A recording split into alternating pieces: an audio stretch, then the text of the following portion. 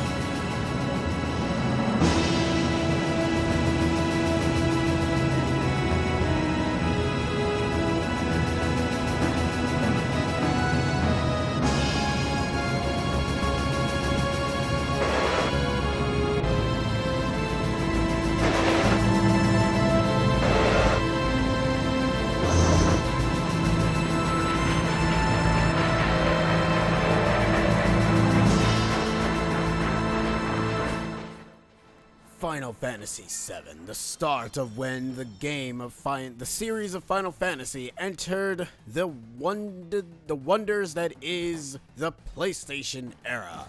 As you can see, what are you gonna do? They all look like polygons. I mean, they all have Popeye arms, according to a lot of people. But anyways, let's go ahead and start this game proper. As per usual, Final Fantasy is, known for its random encounters. If we end up seeing an encounter that is the same, we are, however, going to skip it. And this is our intro battle where we're playing as the X-Soldier. Even though people are familiar with Final Fantasy VII, but just in case if you're not familiar with it, you will know this character's name in a few. In all honesty, it doesn't really take that long.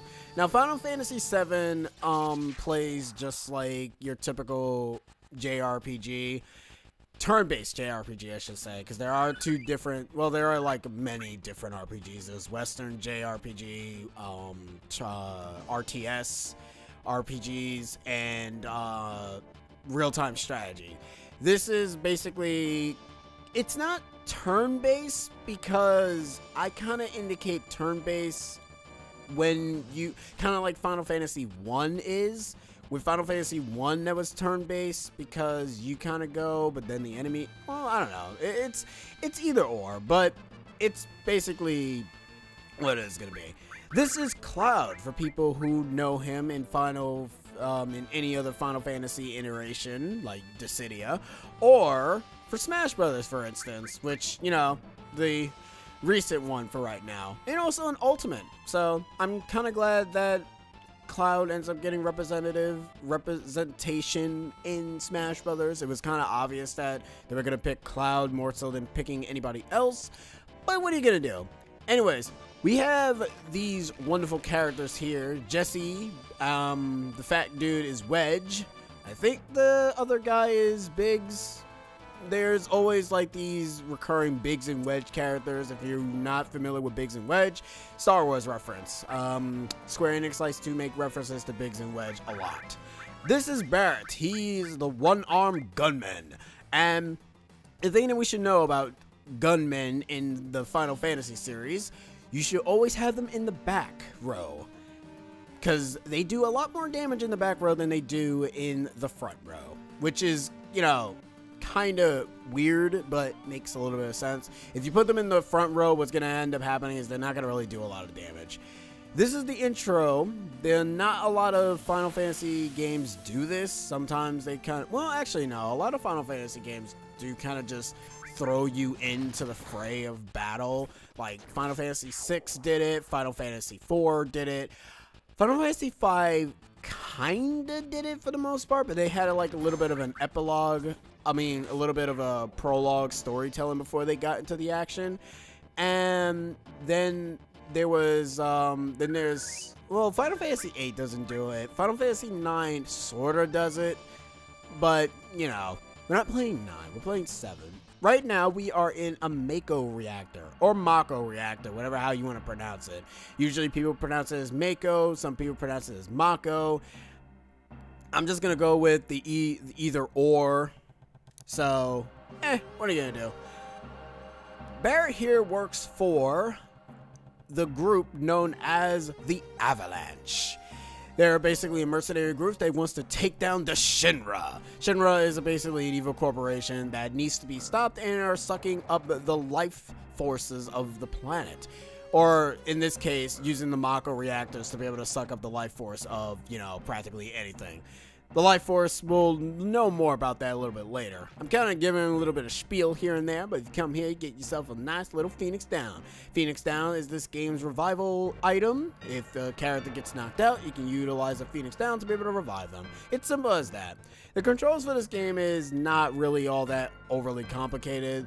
The thing that you're going to be trying to figure out more is basically your battle systems, your battle strategies. I'm not going to really, you know, delve into deep into it right now because we're gonna be in this area for a bit. I would be reading all the dialogues, but I'm gonna tell you this right now, there's a lot, and I ain't got no time for that. I will be reacting to some of them though, but that's just me. But yeah, Barrett is a one-arm dude. He has a gun for an arm. He's a pretty chill dude though. I like him. And no, not because he's like a very weird version of Mr. T. Seriously, he is literally a weird version of Mr. T. It kind of makes no sense. Anyways, let me see. Barrett, you are not in the right row, my dude. Get back there. Thank you. Alright, okay. We can actually check out their equipment here. We won't know what those slots are yet. The game is not going to really tell us. It's going to tell us later. But that's going to be very important in terms of utilizing your battle mechanics, and it's going to be quite interesting. Anyways, we got ourselves 2 new enemies here, which are called the First Ray, which are just, that's all they're called. If you need to know by weakness, anything that is machine-based are always weak to electricity. So you utilizing anything thunder-related will be able to kill them with no problems. And, you know, that's really it. Some enemies have weaknesses, some enemies don't have weaknesses. Obviously, Undead is weak to holy magic such as Cure, Phoenix Downs, and the like, or potions, whatever have you. And, you know, it's kind of good to utilize those kind of things so you don't have to really worry so much about undead creatures, because undead creatures are usually the bane of Final Fantasy players' existence, because they can be pretty annoying. Come over here, get yourself a potion. Now, my history with Final Fantasy VII is very weird. Like, on one hand, I have played... Oh, well, first, we got ourselves 2 new enemies here. We got ourselves a Grunt and a Mono Drive. Moto drives are not that bad. Mind you, most of these enemies in this area are actually not that terrible, period. They're very easy to deal with. And I'm gonna say this now, the game also gives you a separate experience, which is AP, which is mainly ability points. You want to be able to gain ability points a lot, because it's very important. We won't be able to see the level for the magic yet, but each magic and each sort of ability that you use in this game all have level up systems. As you see here, we get ourselves experience 80 points and AP 10 points. We won't be able to see the AP points going into the game yet until we've gotten to a menu that's not in the game, not there yet. As you notice, there's like an empty spot here, and obviously there's an empty spot over here. We'll find out what those two menus are a bit later. Well, the second menu we'll find out way later in the game, but the first menu we'll find out soon, like right away. This is our save point. Now, saves are a lot faster in the PS4 and the Steam version, because all you have to do, they just, you know, open a glorified, well, they kind of, oops, that's not what I want to do. Well, you got kind of like 10 save blocks here. In the original game, you only have 2, obviously, because you only have memory card A and memory card B. So, you know, you go to slot 1, and you essentially, you know, save and bada boom. Yeah, I know, I saved over my, my quote-unquote practice file. In all honesty, I stopped playing the game because there's something with me is like, I can't play a game fully unless I'm let's playing it. It's weird. It's a stupid reasoning, but it really depends on the game. If it's an old game, I can't play through it unless, you know, I'm really itching to play it. But if it's a new game, I can play it all the way through without really doing much of anything. So yeah, we're about to go ahead and activate the valve to be able to activate the self-destruct system in this Mako Reactor. And sadly, however, we are going to obviously get attacked, because it is way too easy to be able to just activate a detonation sequence without getting attacked. I'm really hoping that me doing this will eventually spawn Final Fantasy VII Remake. I highly doubt that would happen, because that's not how the world works. Anyways, this is our first boss. This is the Guard Scorpion. The Guard Scorpion will essentially use Search Scope, which will allow him to be able to target you indefinitely, so he won't be able to miss. But there's one mechanic that the Guard Scorpion has that a lot of people who have played Final Fantasy VII for the first time didn't really understand as much. Sometimes the dialogue is a bit weird in this game, kinda one part that we're about to see. Who knows, he might not actually do it. Now, you're kind of wondering, what's that other menu that you see down there that's called Limit? Well, as you're taking damage by enemies or by your party members, I think it also increases if your party members hit you as well. I kind of forgot about that. Don't really remember if it works that way. But as you're taking damage from enemies, your limit break bar will get increased, and it will allow you to do a very huge one-off attack. And it's very important to use these moves because A, they level up. Depending, it's different. Okay, maybe the scope does not actually allow him to hit me indefinitely, because just outright just missed there. That's actually kind of sad. There's 2 ways that you have to level up. But it always varies. For like the first one, it's always you have to use it or kill many enemies. Oh well, here's the line right here. Bear, be careful. Attack while its tail is up. It's gonna counterattack with its laser. What that's supposed to essentially mean, don't counterattack when its tail is up. You essentially have to wait for him to put his tail down. Because if you attack him, and I don't really want to showcase it, he's actually going to do a move called Scorpion, a laser Scorpion tail, which does a very high amount of damage. And it's the only way you're ever going to get a game over in this fight, if you end up attacking him while his tail is up.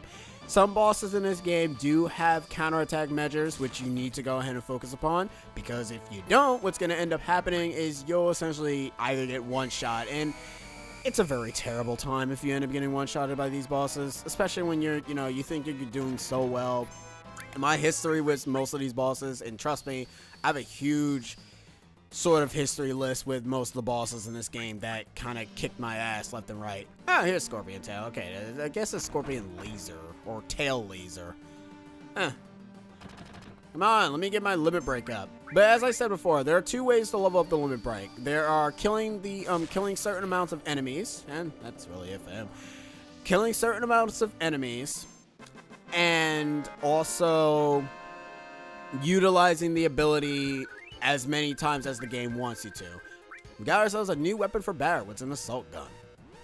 That actually will give him a lot of benefits for his attack, which I'm gonna equip it now. So yeah, as you see there, we have a 10-minute time limit to get out of this area. I'm gonna say this now, it's not that bad. Okay, we got ourselves another new enemy right here. A sweeper. He's actually in the back row, so he takes less damage from front row characters, but he takes more damage from back row characters. So if you ever see enemies in the back row, basically use your back row characters to deal additional damage to them, because utilizing, well, actually, okay, that did 37. Let me actually see what happens if I let Cloud attack him. Yeah, okay. So alright, so be sure to use your back row characters to destroy back row enemies. This is Big Shot. This is Barret's level 1 limit break. Cloud also has one too. In fact, if we can let this enemy attack me again so I can be able to use Cloud's limit break. Alright, thank you. And this is a level 1 Braver. So, booyah! And limit breaks are essentially your one-off abilities that deals massive damage. Sometimes some don't do damage, sometimes some will heal you and give you like protective buffs here and there. But half of the time it's either damage dealing or buffs. There is one character that does have limit breaks that are only like utilized for buffs only, but we'll be getting to that character a little bit later. Anyways, this is not optional. You need to do this, because if you do not rescue Jessie, what's going to end up happening is you're going to have to come back down. And trust me, I think there are probably people who probably skip Jessie. I'm not sure if you can skip her. Now, there is something that you can do in this game, which if you press the touchpad on the PS4, I forgot which button it was for the original, for the PlayStation 1. But if you press that button, you can go ahead and get yourself a little cursor that shows you where you can go in terms of entrance or climbing. Now, this is a back row attack. I'm not skipping this because this is actually pretty important. Now, back attacks are utilized in a way that your ATB bar, which is basically the time bar that you see down there, will be reset to essentially 0. And when that happens, it essentially gives a preemptive strike for the enemies to attack you. You also can get that as well. You can get the preemptive strike against monsters or enemies in general, and it will allow you to be able to do two things. One, to basically first strike your enemies, and two, it allows you to run away faster.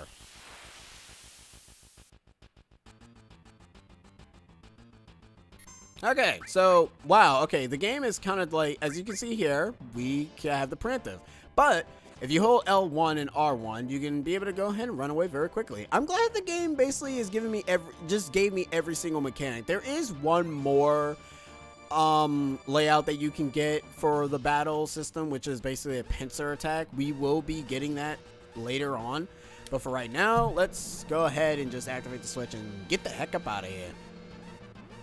But yeah, you have enough time in getting out of this area. It's not that hard to get out of the first area of the game. Like, the game gives you enough time. The only way you can probably ever get stuck in this area is if you bumble around for too long.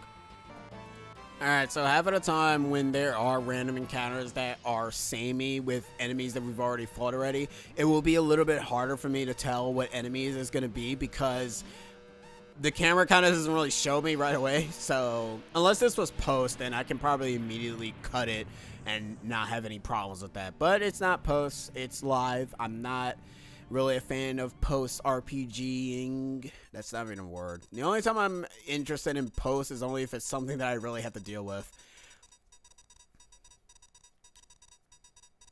Okay, so we do have Biggs and Wedge. Okay, so that guy with the red bandana is Biggs.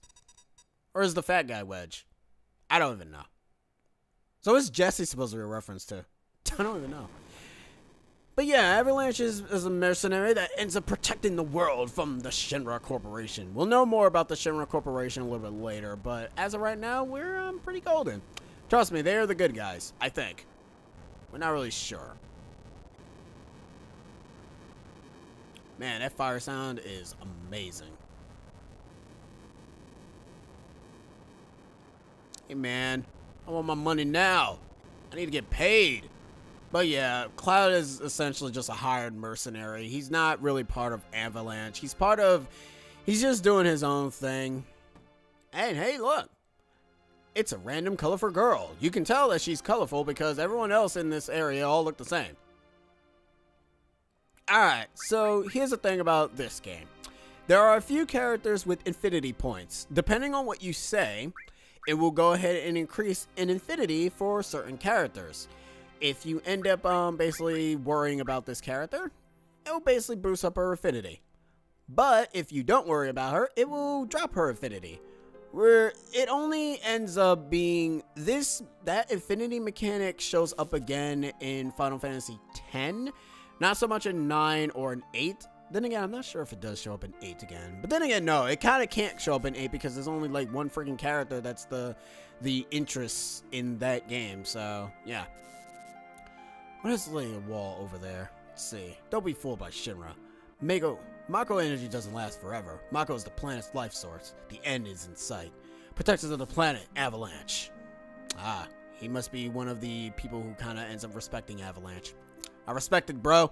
Follow the cause. Now, we have optional fights here. You don't have to actually do this fight. You can have two choices. You can either run away, but I'm not going to do this. I'm actually going to fight all these soldiers. All these soldiers, I think these soldiers are different, so I am going to fight these guys.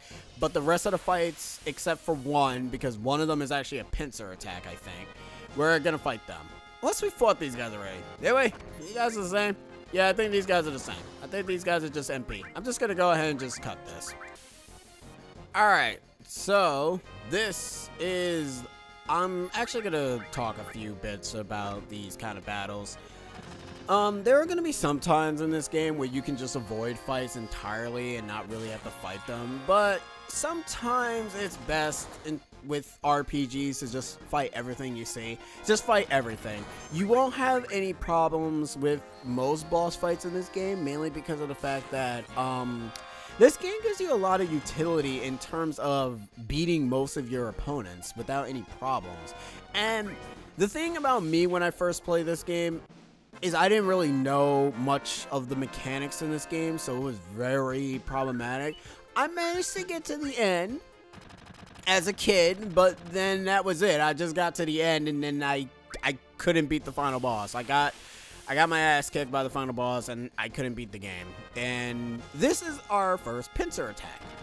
Pincer attacks is essentially, it's not bad, but you can also get a pincer attack with the opponent, but it also doesn't, you can't escape from these fights. So you have to basically take out, okay, well, never mind. Okay, you can't escape at all. Huh, I thought it was, I might be thinking of another game where, I think I might be thinking of the old Final Fantasies, where if you get rid of the pincer, one of the characters that's blocking your escape path, then you can escape. But whatever. These guys don't really give a lot of AP experience. They give a lot of experience. It's kind of weird to say that. They only give it like only 6 or 4. And if you're fighting 2, you get 4. If you're fighting 3, you get 6. And it's like, all right, whatever. It's not really awesome, to be fair. This scene was shown for the remake of Final Fantasy VII, and it was a lot more cooler. Final Fantasy VII is obviously going to be an action RPG more so than a turn-based RPG. It's probably going to have turn-based elements with it. Think of it as being played like Final Fantasy XV, which is the recent Final Fantasy game as of right now that has been released. We haven't gotten any other sort of information about Final Fantasy VII's remake, aside from the fact that none of the developers were even there. So, yeah. Final Fantasy VII Remake is probably going to be built from the ground up. What people are hoping for when Final Fantasy VII Remake comes out, they're also hoping for other remakes of other Final Fantasies to be released. Like Final Fantasy IX, Final Fantasy VI, Final Fantasy V, and and the like. Now, Final Fantasy V and VI have, and I think 4 have been released off of Steam, but the thing is about 6 and 5 is that the sprites are not great. But the enemies look good, but the sprites they're pretty terrible. And also the menu is not great. Now, this is something that I don't understand with this one. Like, Final Fantasy VII, here, the problem with it before when it was on Steam, it had MIDI files of music, and they were terrible. Nobody liked that. They adjusted it by putting the actual soundtrack from the PlayStation game, and now it's better. Problem is, however, their mouths are open, so I'm going to say this now. If you want to play a definitive version of Final Fantasy VII, just get the PS4 version. The Steam version is not bad, but it's not... I mean, if you want a way to play it comfortably, then play the Steam version. But if you want a way to play it, quote unquote, definitive, play the did I say play the Steam version? Yeah, play the PS4 version. I find that the PS4 version is a little bit better because it not only gives you obviously the boost, the HP, and also the no encounter, but it just looks better overall because it also looks like the actual PS1 version of the game, and it doesn't look like that it changed anything aside from the slot menu, but the save slots, but that's really it because everything else is pretty much the same. The music is the same, which, the soundtrack in this game is just spot on. They know how to initiate music in the right moment of the game's story, and we're gonna learn a lot about the story of Final Fantasy VII, which is kind of odd. Like, I'm like still talking. I'm sorry, I'm not used to this. I'm not used to the fact of being able to just keep talking and not stopping at all. The terrorists that bombed the #1 reactor are based somewhere in the slums. Blowing up a reactor, they sure put some thought into this one. They must have a real calculating leader. I wonder what they'll do next. Oh, that's really all Barrett's doing. Stop acting like a damn kid. Sit down and shut up. Okay, well, fine, Dad. The train hasn't switched into security mode yet. I'm sure that would change by tomorrow. Well, okay. Okay, so you're Wedge. Well, of course. Someday Avalanche gonna be famous, and me too. Yeah. Cloud? Does you think I got a bright future ahead of me? What do you have in mind? All my life I felt like nothing but a sidekick, but after joining Avalanche and trying to save the planet, I feel like I can do lots of things. Well, if you're confident enough, then, do what you want. Hey, I wasn't gonna bother the other passengers. That sure took a toll on me. I'm gonna sleep till we get to the station. Is it really recommended to sleep while standing up? I can't do that. Especially on a moving train. It's just weird. Hey, Cloud, you want to look at... sure, why not? I got nothing better to do. I like this kind of stuff. Bombs and monitors. Flashy stuff. You're weird. Okay, it's about to start. Now, Jesse's going to give us the 401 on the Mako Reactors. This is a complete model of the city of Midgar. It's about 1 of 1,000 scale. Or 1 million scale. I can't count. The top plate is about 50 meters above ground. The main pillar supports the plate in the center, and there are other support pillars built in each section. The #1 reactor we blew up was the northern section. And then there's #2 and 3 all the way up to #8. The 8 reactors provide Midgar with electricity. Each town used to have a name, but no one in Midgar remembers them. Instead of names, we refer to them by number sectors. That's how things turned out. It kind of makes you wonder what the original names was, and if you can find out what their original names was. The route spirals around the main pillar. We should be coming around the center right now. Each checkpoint has the ID sensor device. It checks the identities and backgrounds of each passenger on the train, and it's linked up to central data banked at Shinra's headquarters. We definitely look suspicious, so we're using fake IDs. That's actually, give it time. We'll probably reach that sort of security system in our trains today where they'll friggin' check our IDs. I mean, we already have, like, rails that do that normally, but the fact that they can just have, like, a security system that does that, they'll kind of... Well, okay, they would actually put people out of a job doing that, to be fair, because it means that they won't get the ability to just do their jobs to check people's IDs. Because as usual, machines are taking over the world. Oh no! But not really. We're gonna be fine for the most part, but it is getting to the point where technology is gonna be overruling most things. I'm not gonna say everything, because they still technically need people to operate these things. The upper world is city on the plate.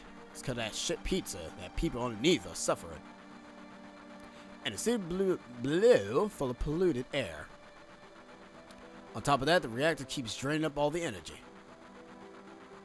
Now, why doesn't everyone move onto the plate? Dunno. Probably because they ain't no money, or maybe because they love their land, no matter how polluted it gets. That makes sense. I know. No one lives in the slums because they want to. It's like this train. It can't run anywhere except where the rail takes it. I mean, that kind of is true. It's on a rail. You can't stop. It must keep going around and around and around and around with no stopping whatsoever. It's kind of living a life in this rag town of an area. Or city, I should say.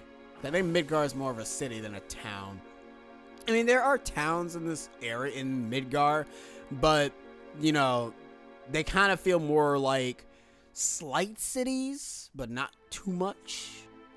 But it's whatevers. I love how everybody just jumps off the train. I'm pretty sure we don't do that in the real world, where we jump off the damn train. But, alright. Yo, what's up? This mission was a success, but don't get lazy now. The hard part's still to come. Don't y'all be scared of that explosion. Well, because the next one's gonna be bigger than that. Ooh, I can't wait. We back at the hideout. Alright, so now we're gonna be able to meet out at the hideout. Now this section right here is actually pretty stupid. I'm not letting you go tonight. Wow. Actually, no, I don't think it's these guys. There's only a train graveyard around here, and they say there's ghosts around there. Damn. What? Okay. Wait a minute. One of you is not really... You're not listening to him at all. You are just giving him one line of sentences. You are... whatever. I hate you. I don't even know who you are, and I already hate you. Alright. So I'm going to call it the end of an episode here. Because, we're like 30 minutes in, and it's pretty long. But yeah, obviously, JRPG... These parts are going to be a little bit longer than most, but I kind of don't want to go ahead and like stop in the middle of a very odd section because I feel terrible doing that. Like if I stop where I was right now, it's going to be weird. But anyways, guys, this has been the first episode of Final Fantasy VII. In the next episode of Final Fantasy VII, we're going to be heading into the hideout of the Avalanche group, and we're going to be meeting another new character. And we're going to be getting some more plot about Shinra and what else we're going to be doing with Cloud and anything else. I've been CCX, and I hope you guys will be enjoying my stay on the adventure of Final Fantasy VII. See you guys next time. Laters!